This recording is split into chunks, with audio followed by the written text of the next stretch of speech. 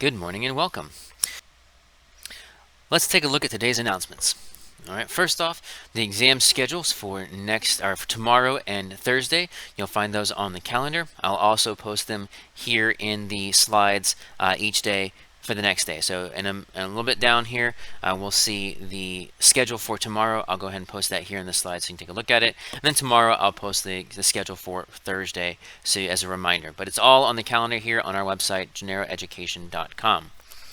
As a reminder, virtual students, you will take your final exam virtually at home. All right, you will not come to school to take your final exam. All right, in fact, I'm going to change that word "can" to "will" because you will take it at home. You're not going to come to school for your final exam. All right, in-person students can take their final exams virtually at home or in person. So if you've been doing all right staying at home and you want to just take your final exam, stay home the rest of the week, that's fine. Stay home and do it. No penalty there. All right, as a reminder, if you are attending in person, you are required to bring your laptop and your mask and everything you need to be successful in class. All right, Friday, December 18th is for makeup exams only. If you do not have a makeup, then you do not need to come to school. All right, so please make sure that if that's you, if you finish all of your exams on Wednesday and Thursday, you do not come to school on Friday. There's nothing new for you to do.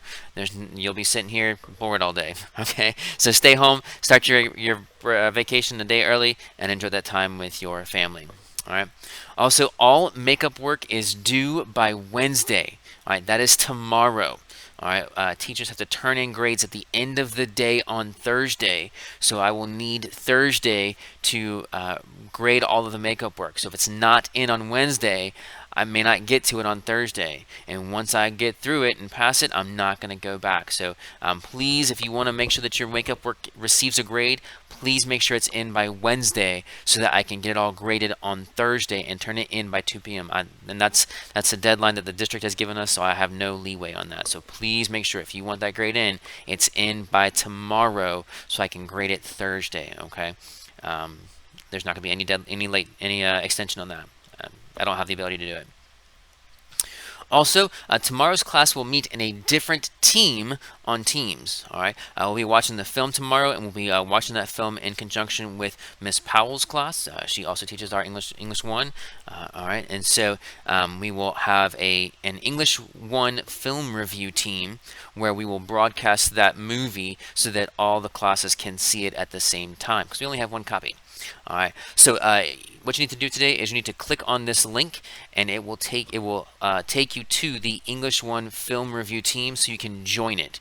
All right, you need to join the English 1 film review team, and that way you're ready to go for tomorrow. And please, even though if you're third and fourth block, even though you're not scheduled for an exam with me tomorrow, you still need to be here for third and fourth block, or you will miss the movie, and the movie is part of your grade for your final exam. Okay, so please make sure that you are here in class, whether it's in person or whether it's virtual, that you are in the English 1 film review team on time tomorrow so that you do not miss the film. If you do, you will not be able to complete that portion of your final exam. Okay, if you have any questions, please let me know. All right. Again, the multiple choice portion of the final exam is still open. All right. I've left it open because, guys, I really need you to take that. All right. That's really going to hurt your grade if you don't take that. So please take that final exam. Take it as many times as you need to get the score that you want. All right. So I left it open. You can take it multiple times and improve your score, and I'll take the highest score. All right. So please, please, please go and redo that as often as you can to get the score that you want. All right. As mentioned, here's the schedule for Wednesday. The schedule for Wednesday is normal. All right. There will be no separate crew time.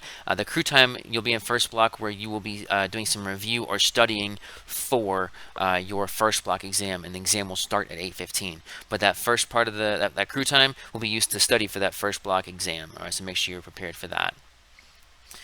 All right. Again, in today's agenda, you'll review conclusion paragraphs, and you'll draft your conclusion paragraph for your final exam. All right. If you need the link to the template again, it's here. You can click on that when you open up the slides. If you need the book again, it's there. Study guide is there. The blank study guide. If you need to rewatch any of part 3, it's on YouTube right there. All right. And so then again today, once you look at the notes, and you'll go into your copy of the final assessment or final Fahrenheit 51 argumentative extended response, and you'll write your work on there. Okay. So if you have any questions, feel free to reach out. All right, take a look at the next portion of the video that talks about conclusion paragraphs. That way you are prepared and ready to go for today. All right, make sure to look over those notes, draft it in your document, and then if it's in the English 1 folder, I can automatically see it. But again, if you want to double check to make sure I can see your work, make sure you click the share button on your argumentative extended response. All right, guys, go ahead, take a look at the next part, and if you have any questions about conclusion paragraphs, let me know. Today we're going to work on conclusion paragraphs for our final exam essay on Fahrenheit 451. All right, so let's get started. All right, first off, for the bell work today, I need you to go back and reopen my copy of the Fahrenheit 451 argumentative extended response template. All right, if you click right here on the link, it'll open it back up. And then once you do that, you will scroll to the bottom of that portion where it has the conclusion paragraph. And down there, there is a click for notes link next to the word conclusion. That link is not on your own paper because I just added it the other day, probably after you copied your version. All right, so go back to my original and scroll down to conclusion and click on the click for notes link next to conclusion. When that opens up, it's going to bring you to the notes page. All right, and so let's talk about conclusions here. It says conclusions have two elements. It has a summary statement and a clincher. All right. Again, paragraphs are not about how many sentences they are. It's about what parts and pieces you have in them. This paragraph has two pieces in it. All right. So the summary statement. A summary statement is a 1 to 2 sentence summary of the essay's claim and reasons stated differently than how they were written in the introduction and body paragraphs.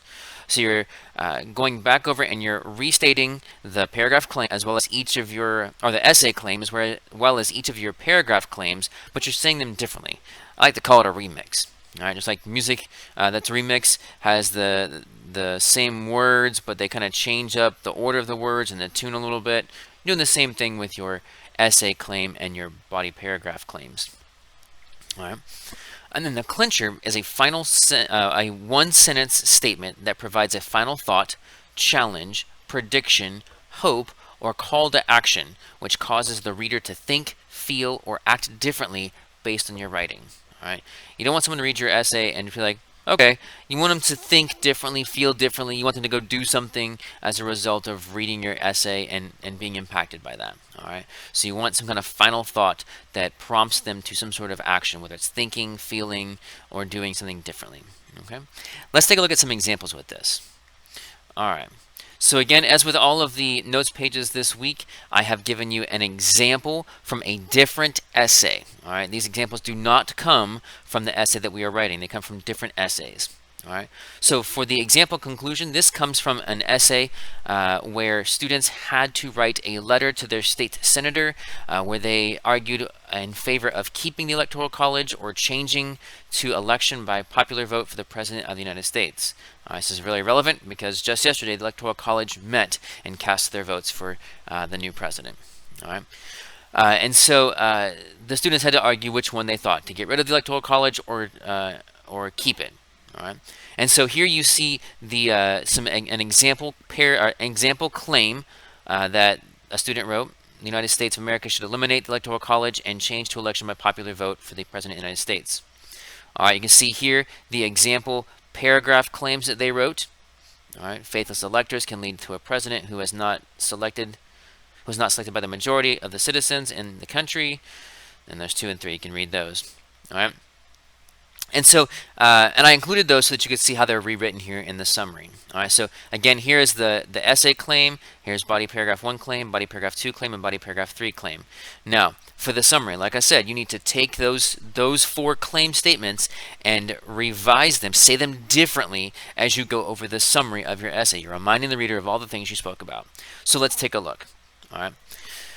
For the summary for this one, it says, while the Electoral College vote has aligned with the popular vote for the majority of the time in the election of the President of the United States, The more frequent instances where it has not cannot be overlooked.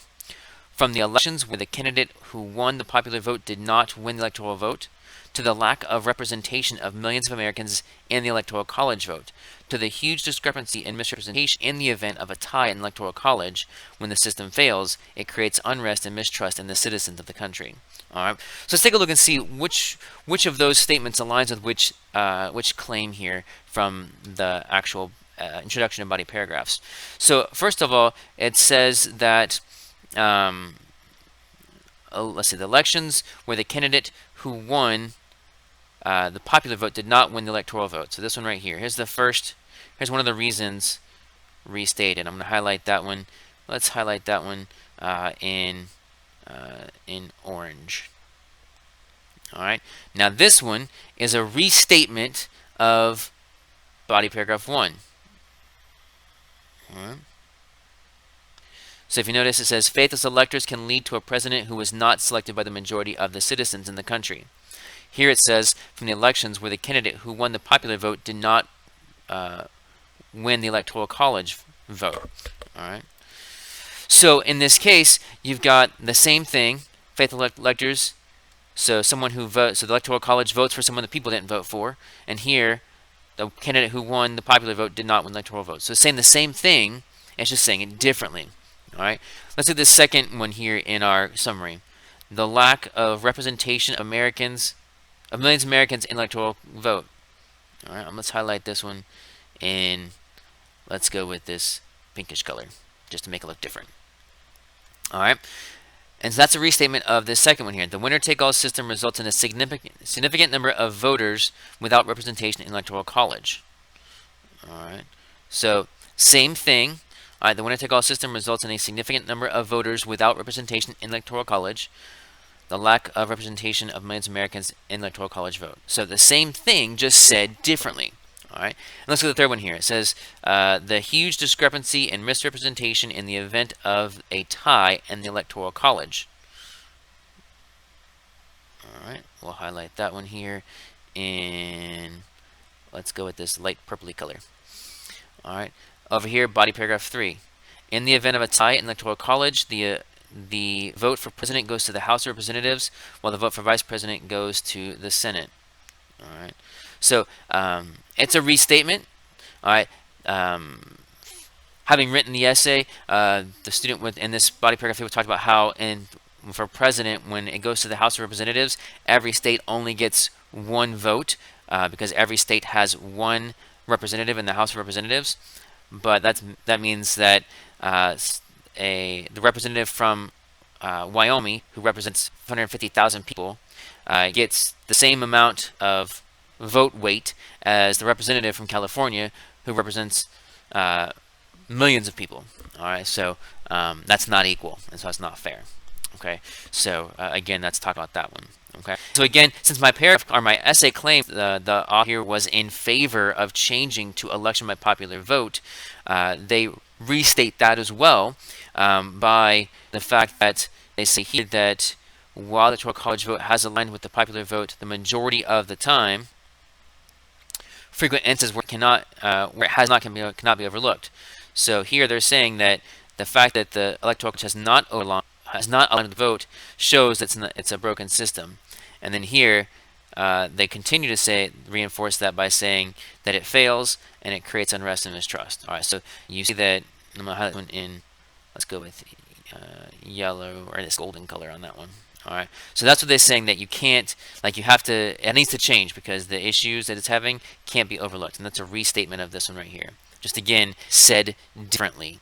All right, the whole goal of a summary statement. It says the same thing, but it says it differently and in a new way.